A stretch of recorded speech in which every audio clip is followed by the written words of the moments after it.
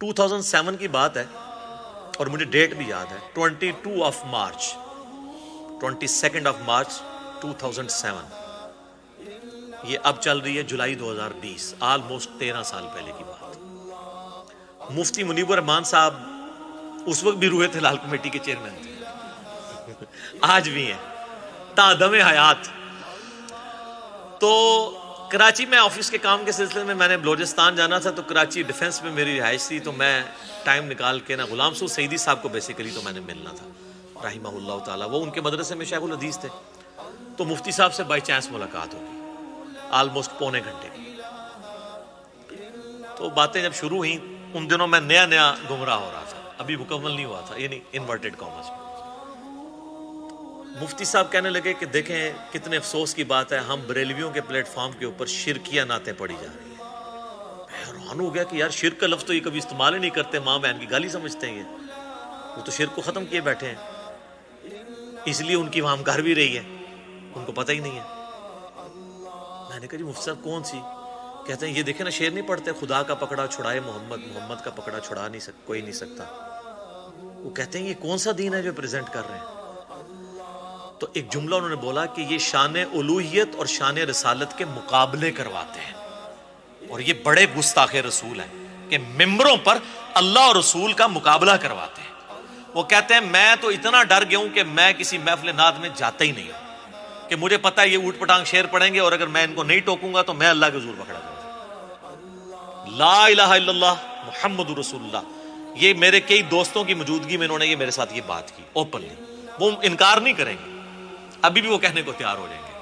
لیکن ہمیں دکھ یہ ہوتا ہے کہ یہ لوگ نجی محفلوں میں تو رونا پیٹنا کرتے ہیں، پبلکلی یہ بات نہیں کرتے کیونکہ پبلک خلاف ہو جائے گی. تو یہ نہ سمجھیں کہ انہوں نے اپنا عقیدہ صحیح رکھا ہوا ہے تو قیامت والے دن یہ کہیں گے یا اللہ ہمارا تو عقیدہ صحیح تھا نا، ہماری عوام کا ٹھیک نہیں ہے تو ہماری کوئی ذمہ داری نہیں. ان کی ذمہ داری ہے. تنظیم المدارس کے صدر ہیں پاکستان کے، بریلویوں کا جو بورڈ ہے نا درس نظامی کا علماء کا، اس کے صدر ہیں مفتی منیب صاحب. تو چھوٹی پوسٹ ہے. تو اگر یہ لوگ نہیں بتائیں گے تو اللہ کے حضور مجرم ہوں گے. تو مجھے بائی چانس یہ بات ذہن میں آ گئی. اب آپ اس کے برعکس نبی علیہ السلام کا ایٹیچیوڈ کیا ہے؟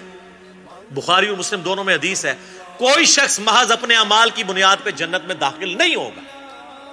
یہ کہہ رہے ہیں خدا کا پکڑا چھڑائے محمد، محمد کا پکڑا چھڑا کوئی نہیں سکتا. تو محمد رسول اللہ کا بھی عقیدہ سنو صلی اللہ علیہ وآلہ وسلم. صحابہ نے جرت کر کے پوچھ لیا یا رسول اللہ آپ بھی؟ آپ فرمایا ہاں میں بھی.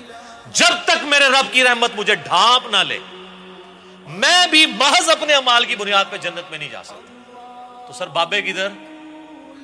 اور بخاری اور مسلم کی وہ حدیث یاد رکھیں جب آیت نازل ہوئی نا سورہ الشعراء کی، آیت نمبر ہے وہ 214، وَأَنذِرْ عَشِيرَتَكَ الْأَقْرَبِينَ. اے نبی اپنے قریبی رشتہ داروں کو آخرت کا ڈر سنائے. تو سر بخاری اور مسلم دونوں کے الفاظ ہیں، نبی علیہ السلام اپنے ایک قریبی رشتہ دار کے پاس آئے. آپ نے کہا میرے چچا عباس اپنے آپ کو دوزخ کی آگ سے بچا لے، اگر اللہ نے پکڑ لیا میں تیرے کچھ کام نہیں آؤں گا. اور الفاظ کیا ہیں؟ اے نبی کے چچا عباس اپنے آپ کو بچا لے، اگر اللہ نے پکڑ لیا میں تیرے کچھ کام نہیں آؤں گا. اے اللہ کے نبی کی پھپھی صفیہ اپنے آپ کو دوزخ کی آگ سے بچا لے، اگر اللہ نے پکڑ لیا تو میں تیرے کچھ کام نہیں آؤں گا. اے میری بیٹی فاطمہ اپنے آپ کو دوزخ کی آگ سے بچا لے، میرے مال سے جو کچھ لینا ہے تو لے لے، لیکن اللہ نے اگر تجھے قیامت والے دن پکڑ لیا تو میں تیرے کچھ کام نہیں آؤں گا. یار اس کے علاوہ کس طریقے سے کوئی شخص واضح کر کے باتوں کو بتا سکتا ہے؟ اور یہ بخاری مسلم ہے، کہانی شریف، سٹوری شریف، بابا شریف، بزرگ شریف نہیں ہے. یہ بخاری شریف مسلم شریف ہے. تو آپ صلی اللہ علیہ وآلہ وسلم نے امت کو عقیدہ بالکل واشگاف بتا دیا.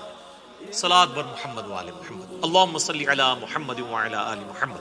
تو سر پھر ہمیں کہنے دینا کہ مرنے سے پہلے اے مسلمان کر لے اس پہ غور، کتابوں کا خدا اور ہے، بابوں کا خدا اور.